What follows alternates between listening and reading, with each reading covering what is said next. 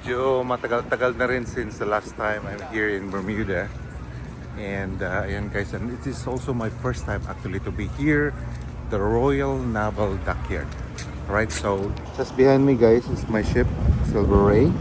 And there's another ship here that's a Seabourn Import.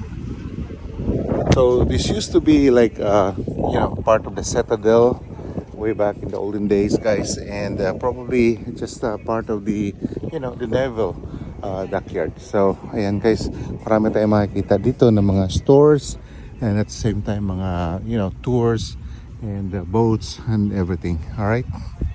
So this is a typical dockyard. So marami ka talaga makikita dito mga barko na open for repairs.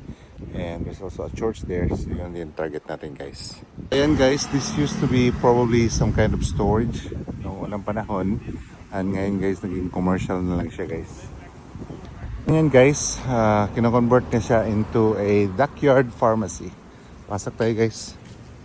Alright guys, so natapat guys na umulan kaya look at that. So guys, feeling na natin guys na nasa Caribbean na tayo. Kasi yung mga tao, the climate, and feel ko na yung Caribbean. Alright. Okay, so pasok na natin yung guys, yung mall. At saka tingnan nyo yung mall dito guys. That's the Clock Tower Mall. Meron dito sa loob guys. Buti na lang may dito, mall. So we can go around kahit na umulan guys. So, ayan, maganda din siya. And I think this used to be probably a barracks way back in the olden days. And then, kinonvert na lang into a mall. Look at that. May mga kainan, jewelries, mga damit, guys. Just about everything. Ice cream, you name it. Alright?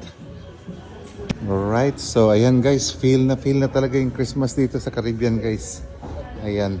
Alright. Labas tayo. Guys, kaya pala siya tinatawag na Clock Tower Mall kasi may mga clock tower dito guys. Ayan. And by the way, Bermuda used to be a British colony. Alright, so overall guys, medyo yung panahon guys, nagkulimlim earlier kasi sunny siya guys, no? And by the way, this is not our usual dock, kaso lang sa kalaki ng barko namin guys. Probably hindi siya kasya doon sa waterfront. And waterfront is located on the other side. If you want to go there guys, you have to ride a land taxi or use a water taxi.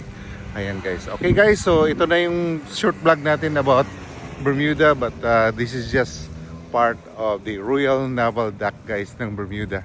Lahat talaga tayo doon sa center. Alright guys, thank you for watching and see you in the US!